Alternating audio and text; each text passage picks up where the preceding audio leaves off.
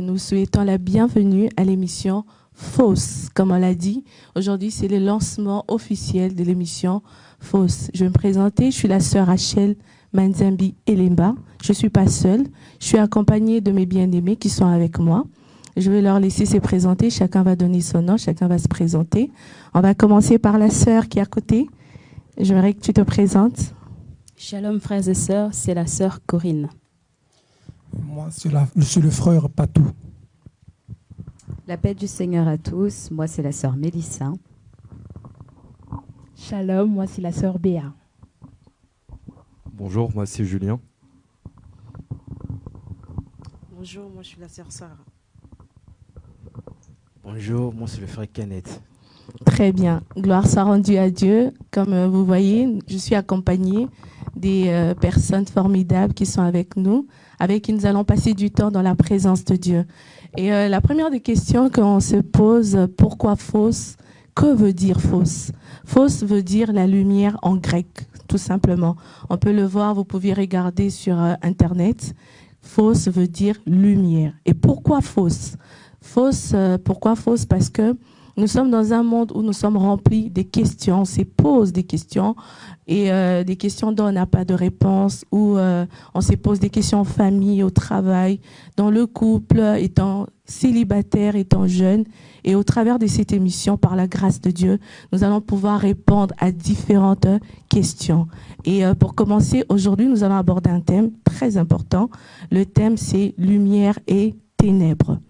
Et je vais commencer par définir la lumière. C'est quoi la lumière? La lumière, selon le dictionnaire, on dit que c'est la clarté par quoi des objets sont éclairés, sont rendus visibles. La lumière permet de voir certaines choses. Et comme synonyme de lumière, on a le mot clarté, on a le mot jour, on a le mot matin. Et la lumière est très importante. Il y a beaucoup d'avantages qui découlent de la lumière. La lumière nous permet d'apprécier la création, d'admirer la créature, d'admirer la verdure. Comme là, je peux admirer mes bien-aimés, dire qu'ils sont beaux. N'est-ce pas qu'ils sont beaux? Je peux admirer Corinne, je peux admirer Patou, je peux admirer Julien, Kenneth, je peux admirer Sarah, Béa, Mélissa. C'est grâce à la lumière, c'est parce que j'arrive à le voir. J'arrive à voir comment elle est bien maquillée, comment il est bien habillé, il est bien coiffé. C'est grâce à la lumière. La lumière nous permet d'accomplir des gestes de tout le jour. Travailler, aller à l'école, faire les courses. Certes, il y a des personnes qui travaillent la nuit, mais c'est pas facile parce que le corps a tendance à s'endormir, on est fatigué. Mais c'est dans la journée qu'on a la force, on est au taquet, on est vital. C'est dans la journée. Et la journée aussi nous permet de nous déplacer facilement parce que tu auras conscience du danger. Tu peux voir, par exemple, un trou, un ravin. C'est grâce à la lumière. Et on peut pas parler de la lumière sans parler du ténèbre. Donc par là, j'aimerais parler du ténèbre. Le ténèbre, c'est tout simplement l'absence de lumière, l'absence de clarté. Et le ténèbre représente le mal, représente le péché, représente l'injustice, représente toutes ces mauvaises choses que l'on connaît. C'est ça le ténèbre. C'est ça le ténèbre. Et le ténèbre aussi représente généralement la nuit, parce que en termes de synonyme, le ténèbre c'est la nuit, c'est l'obscurité. La nuit, nous nous sentons menacés. Elle suscite l'angoisse, de la peur. On a peur de la nuit. Voilà pourquoi même d'autres personnes, la nuit, ils n'arrivent pas à dormir. Ils ont du mal à dormir parce que la nuit, le ténèbre suscite de l'angoisse, de la terreur. Il y a des gens, quand c'est la nuit, ils ont peur. Mais la journée, ils peuvent effectuer leur vie normalement, vivre leur vie normalement. Les ténèbres représentent l'angoisse. Le ténèbre représente encore quoi? Les ténèbres représentent l'ignorance. Les ténèbres représentent l'absence de vérité. Les ténèbres représentent tout ce qui est aveuglement. Parce que dans le ténèbre, lorsque tu es dans le noir, tu peux confondre un chat, un tigre, tu peux l'appeler un chat. Une pierre, tu peux l'appeler un pain. Pourquoi? Parce que tu es dans le ténèbre. Dans le noir, on peut appeler le mal le bien, la confusion. C'est le flou total. Et c'est ça le ténèbre. Voilà pourquoi il y a plus de cambriolages la nuit, il y a de vols, il y a de viols la nuit. Ces malfaiteurs profitent, se servent de la nuit pour effectuer leurs manœuvres, pour faire leurs affaires. Et la nuit représente le ténèbre. La nuit représente encore quoi? La nuit représente les mauvais esprits. Voilà pourquoi on entend parler des maris de nuit, des femmes de nuit. On parle de la terreur de la nuit. Dans la Bible, on nous parle de la terreur de la nuit parce que la nuit représente aussi les mauvais esprits. La nuit représente encore l'enfer. La Bible dit dans Matthieu 22, 13, Jésus dit que dehors dans les ténèbres, ces hommes et ces femmes qui ont désobéi, qui n'ont pas accompli la parole de Dieu. Les ténèbres représentent aussi l'enfer. Et comme on l'a dit au début que Fausse est une émission qui nous permet, je crois que j'ai un problème avec mon micro, je vais changer. Merci. J'espère que vous m'entendez. Gloire à Dieu, on ne va pas se laisser distraire par la technique. Comme je l'ai dit aussi que le ténèbre représente l'enfer et tout au long de l'émission Fausse, on va pouvoir répondre à des grandes questions. On va répondre à des grandes questions, entre autres. La première des questions, c'est quoi la lumière? La lumière, selon la parole de Dieu, la lumière étant chrétien, c'est quoi? Parce que tout ce qu'on vient de dire, c'est ce qui est lié à la connaissance générale. C'est ce que le dictionnaire dit. Mais par rapport à la Bible, que dit la Bible concernant la lumière? Je vais lire avec vous 1 Jean 1, le verset 5. 1 Jean 1, le verset 5. La Bible dit, je veux lire 1 Jean 1, le verset 5. Je lis au nom de Jésus. La Bible dit, Dieu est lumière et en lui, il n'y a aucune trace de ténèbres. Ici, la Bible nous dit noir sur blanc que Dieu est lumière. En lui, il n'y a point de ténèbres. Et cette lumière s'est manifestée en Jésus-Christ. Parce que la Bible, Jésus affirme dans Jean 8, j'aimerais qu'on le lise, Jean 8, le verset 12. Jean 8, le verset 12.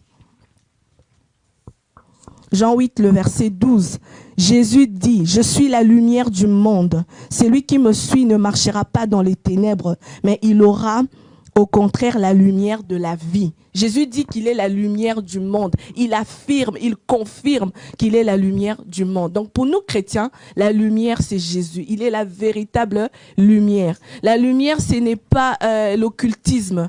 La lumière c'est pas la magie. La lumière c'est pas l'intelligence, un diplôme, un doctorat, je sais pas quoi. La lumière pour nous chrétiens c'est Jésus-Christ. Dès lors qu'il rentre dans ta vie, il illumine ta vie, il éclaire ta vie. Et Jésus, pourquoi est-ce que Jésus est lumière? Il est lumière parce qu'il se distingue de tout autre homme pour 3 raisons. La première des raisons, la Bible dit que les prophètes ont annoncé sa venue. Dans Ésaïe 9, et le prophète Ésaïe nous dit qu'il a vu une grande lumière, une lumière qui a brillé. J'aimerais qu'on le lise. Ésaïe 9, Ésaïe 9, Ésaïe 9, le premier verset. Ésaïe 9, le peuple qui marchait dans les ténèbres a vu une grande lumière. Ce sont ceux qui habitaient dans le pays de l'ombre de la mort.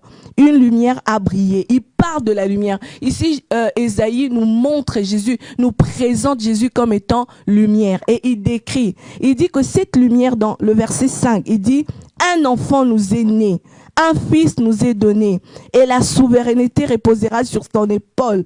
On l'appellera merveilleux conseiller, Dieu puissant, Père éternel, prince de la paix. Il parle de Jésus, qu'un fils nous est donné, un enfant nous est donné, un fils nous est donné. Il dit, un enfant nous est donné, un fils nous est né. Il parle de Jésus. Et dans Matthieu 2, nous voyons la naissance de Jésus. Les mages ont vu la lumière. Ils ont vu le toile briller. Et la Bible dit qu'ils ont suivi cette toile. Parce que cette toile, c'était Jésus. En arrivant à la crèche, ils ont vu Jésus. C'était la preuve que Jésus est la lumière du monde. Nous sommes venus vous présenter Jésus qui est la lumière, la véritable lumière. Et la Bible nous dit encore, pourquoi est-ce que Jésus Jésus est lumière parce qu'en lui, il n'y a point de ténèbres. Il n'a jamais connu les péchés. Il n'a jamais fait le mal. En lui, il n'y a point de ténèbres. En lui, il n'y a pas le péché. En lui, il n'y a pas le mal. C'est une preuve que Jésus est la véritable lumière. La troisième raison que Jésus est lumière, de par sa naissance.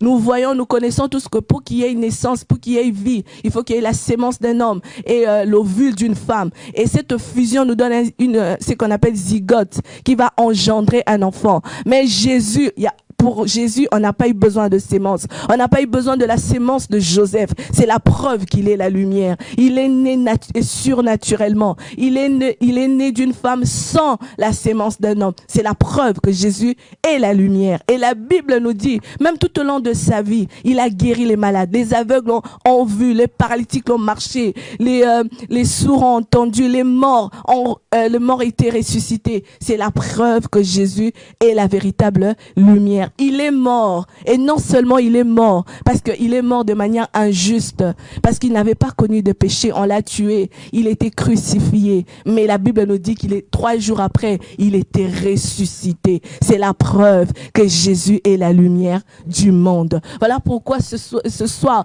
nous voulons te présenter Jésus, qui est la véritable lumière.